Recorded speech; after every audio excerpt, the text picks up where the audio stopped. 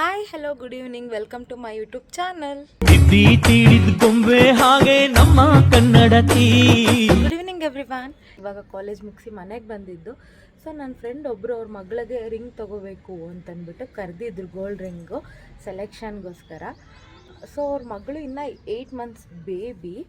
So ನಾನು ಇನ್ನೊಂದು ಏನು ಹೇಳೋಕ್ಕೆ ಇಷ್ಟಪಡ್ತೀನಿ ಅಂದರೆ, ಸುಮ್ಮನೆ ಅದಕ್ಕೆ ಇದಕ್ಕೆ ವೇಸ್ಟ್ ಇನ್ವೆಸ್ಟ್ ಮಾಡೋಕ್ಕಿಂತ ಗೋಲ್ಡ್ಗಾದರೂ ನಾವು ಇನ್ವೆಸ್ಟ್ ಮಾಡಿದ್ರೆ ಮುಂದೆ ಫ್ಯೂಚರ್ಗೆ ಹೆಲ್ಪ್ ಆಗುತ್ತೆ. ಸೊ ಹೆಂಗೆ ಅಂತಂದ್ಬಿಟ್ಟು ಈ ವ್ಲಾಗ್ ಎಂಡಲ್ಲಿ ಹೇಳ್ತೀನಿ. So let's go. ನನ್ನ ಫ್ರೆಂಡ್ನ ಇಂಟ್ರಡ್ಯೂಸ್ ಮಾಡಿಸ್ತೀನಿ.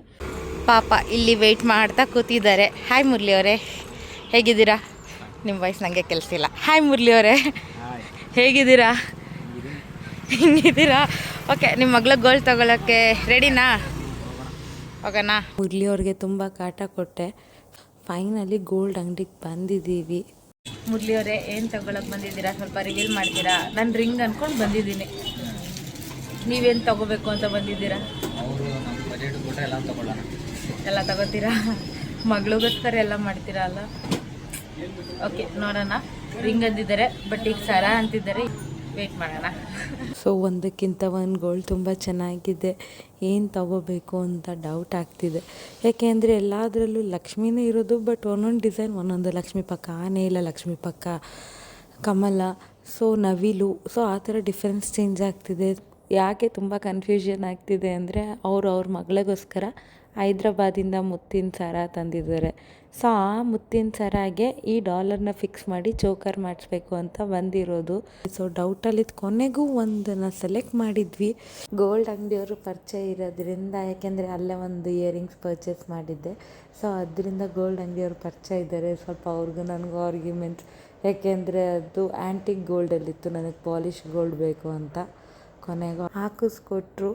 ಬಟ್ ಮುರಳಿ ಅವ್ರಿಗೆ ಚೋಕರ್ ಅಂದರೆ ಏನು ಅನ್ನೋ ಐಡಿಯಾನೇ ಇರಲಿಲ್ಲ.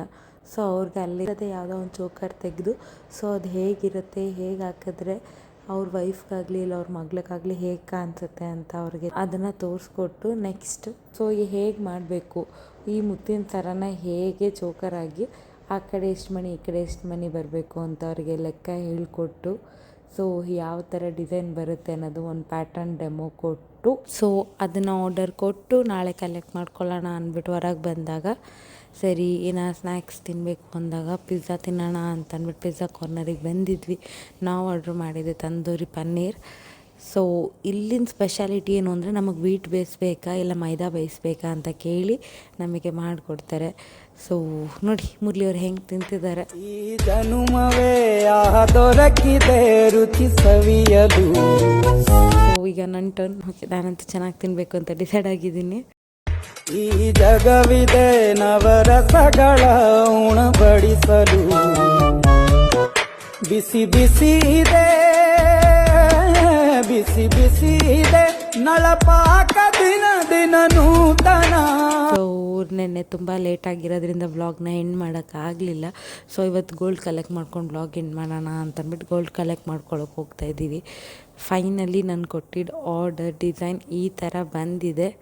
ಸೊ ನೋಡಿ ತೋರಿಸ್ತೀನಿ ಹೇಗಿದೆ ಅಂತ, ಆಮೇಲೆ ಕಮೆಂಟ್ ಹಾಕಿ. ಸೊ ನಾವೆಷ್ಟು ಮುತ್ತು ಕೊಟ್ಟಿದ್ವಿ, ಸೊ ಅಷ್ಟು ಮುತ್ತು ಇದೆಯಾ ಅಲ್ಲಿ ಅಂತ ಅಂದ್ಬಿಟ್ಟು ಕೌಂಟ್ ಮಾಡಿ ಲೆಕ್ಕ ಹಾಕಿ. ಸೊ ಇನ್ನೊಂದು ಅದು ಲಾಂಗ್ ಸರ ಇತ್ತು. ಸೊ ಅದಕ್ಕೆ ಇದಕ್ಕೆ ಮ್ಯಾಚ್ ಆಗ್ತಾ ಇದೆಯಾ, ಸೆಟ್ ಥರ ಕಾಣಿಸ್ತಿದ್ಯಾ ಅಂತ ಆ ಸರನೂ ತಂದಿದ್ದನ್ನ ಹಾಕಿ ಡೆಮೋ ನೋಡಿ, ಓಕೆ ಚೆನ್ನಾಗಿ ಕಾಣಿಸ್ತಿದೆ ಅಂದಮೇಲೆ ಸ್ವಲ್ಪ ಅಂಗಡಿಯವರೆಲ್ಲ ಕಾಮಿಡಿ ಮಾಡ್ತಿದ್ರು. ಸೊ ಅದೀಗಲೂ ತೊಗೋಬೋದಿತ್ತಲ್ಲ ಲಾಂಗ್ ಸರ ಮತ್ತೆ ಅಂತ. ಸೊ ಇರೋ ಲಾಂಗ್ ಸರಕ್ಕೆ ಹಾಕಿ ಟ್ರೈ ಮಾಡಿದ್ವಿ. ಆಲ್ರೆಡಿ ಅವ್ರ ಹತ್ರ ಇತ್ತು, ಅದಕ್ಕೆ ಹಾಕಿ ಟ್ರೈ ಮಾಡಿದ್ವಿ. ಸೊ ಓಕೆ, ಗೋಲ್ಡಿಗೆ ಅವ್ರು ಕಲೆಕ್ಟ್ ಮಾಡ್ಕೋತಿದ್ದಾರೆ. ಫೈನಲಿ ಗೋಲ್ಡ್ ಪರ್ಚೇಸ್ ಮುಗ್ದಿದೆ. ಹೆಂಗ ಅನ್ನಿಸ್ತು? ಚೆನ್ನಾಗಿತ್ತ ಸೆಲೆಕ್ಷನು? ಚೆನ್ನಾಗಿದೆ.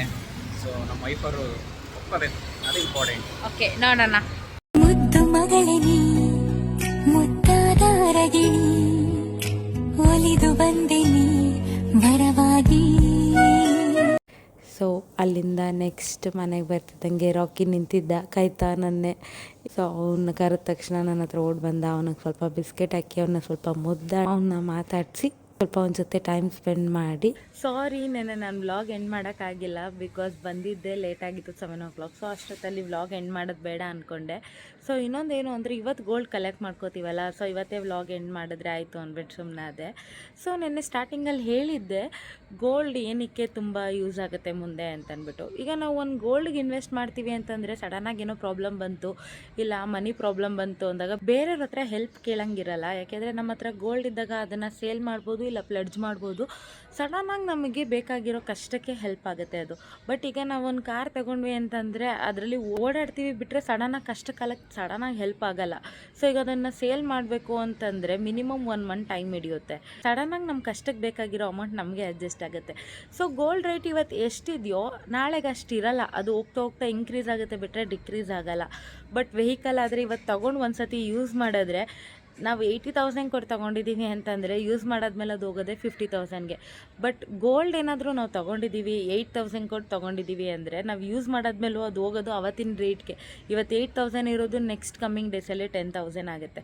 ಸೊ ನಮಗೆ ಪ್ರಾಫಿಟ್ಟೇ ಹೊತ್ತು ಲಾಸ್ ಆಗಲ್ಲ. ಬಟ್ ವೆಹಿಕಲ್ ತೊಗೊಂಡ್ವಿ ಇಲ್ಲ ಬೇರೆ ಥಿಂಗ್ಸ್ ಮೇಲೆ ಇನ್ವೆಸ್ಟ್ ಮಾಡಿದ್ವಿ ಅಂದರೆ ಪ್ರಾಫಿಟ್ಗಿಂತ ಲಾಸೇ ಜಾಸ್ತಿ ನೋಡ್ತೀವಿ. ಸೊ ಅದರಿಂದ ಆದಷ್ಟು ಎಲ್ಲರೂ ಗೋಲ್ಡ್ ಮೇಲೆ ಇನ್ವೆಸ್ಟ್ ಮಾಡೋಕ್ಕೆ ಟ್ರೈ ಮಾಡಿ. ಸೊ ಆಗಿಲ್ಲ, ಜಾಸ್ತಿ ಇನ್ವೆಸ್ಟ್ ಮಾಡೋಕ್ಕಾಗಿಲ್ಲ ಅಂದರೂ ಅಲ್ಪ ಸ್ವಲ್ಪ ಆದರೂ ಇನ್ವೆಸ್ಟ್ ಮಾಡ್ತಾ ಹೋಗೋಕ್ಕೆ ಸ್ಟಾರ್ಟ್ ಮಾಡಿ.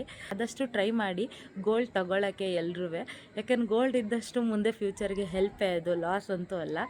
ಸೊ ಜಾಸ್ತಿ ಮಾತಾಡಿದ್ದೀನಿ ಅನ್ಸಿದ್ರೆ ಐ ಆಮ್ ಸಾರಿ. ವ್ಲಾಗ್ ಇಷ್ಟ ಆಗಿದೆ ಅಂತಂದರೆ ಶೇರ್ ಮಾಡಿ. ನನ್ನಲ್ಲಿ ಏನಾದರೂ ತಪ್ಪು ಕಾಣಿಸ್ತು, ನೆಕ್ಸ್ಟ್ ಏನಾದರೂ ನಾನು ವ್ಲಾಗಲ್ಲಿ ಚೇಂಜ್ ಮಾಡ್ಕೋಬೇಕು ಅನ್ಸಿದ್ರೆ ಕಮೆಂಟ್ ಮೂಲಕ ತಿಳಿಸಿ. ನಾನು ಹೇಳಿರೋದು ಗೋಲ್ಡ್ ಬಗ್ಗೆ ಹೌದು ನಿಜ ಅನ್ಸಿದ್ರು ಸಹ ಕಮೆಂಟಲ್ಲಿ ತಿಳಿಸಿ. ಮತ್ತು ನನ್ನ ಚಾನೆಲ್ನ ಸಬ್ಸ್ಕ್ರೈಬ್ ಮಾಡಿ. Thank you for watching. Next ವ್ಲಾಗಲ್ಲಿ ಸಿಗೋಣ. ಪ್ರೇಮ ಲೋಕದ ಪಾರಿಜಾತವೇ